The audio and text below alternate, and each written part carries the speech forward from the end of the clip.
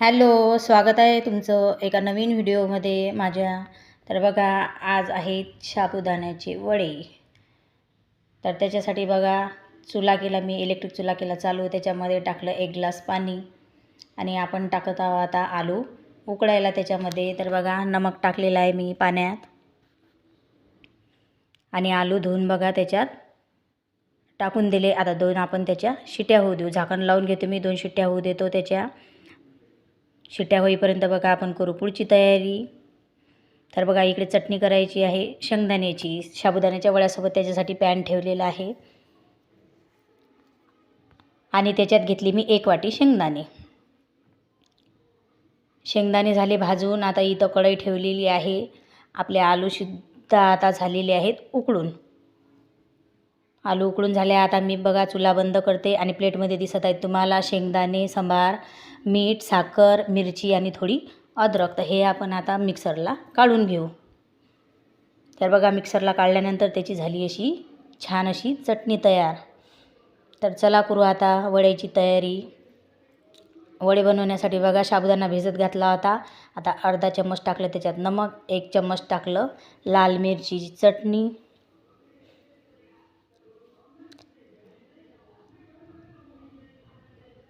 आणि अर्धा चम्मच टाकली मी हळद.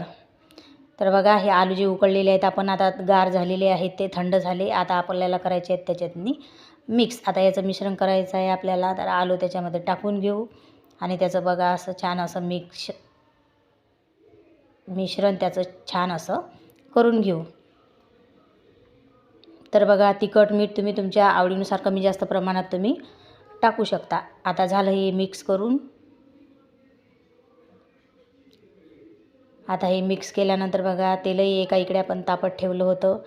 आता आपण मस्त कढईतलं जे गरम तेल झालेलं आहे ते टाकू आता चटणीमध्ये. यानं खूप भारी चव लागते.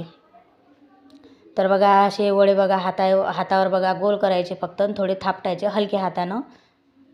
हलक्या हाताने थापटल्यानंतर बघा, त्या तेलामध्ये, तेल आपलं अगोदरच गरम झालेलं आहे, त्या तेलामध्ये सोडून द्यायची आणि फ्लेम मी थोडीशी कमी करायची, म्हणजे जास्त आपले वडेसुद्धा जळत नाहीत आणि खूप छान असे खरबूस होतात, क्रिस्पी होतात.